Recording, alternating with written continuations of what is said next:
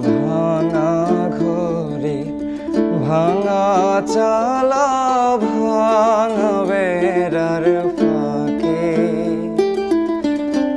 অবাক জ্যোৎস্না ঢুয়ে কাপড়ে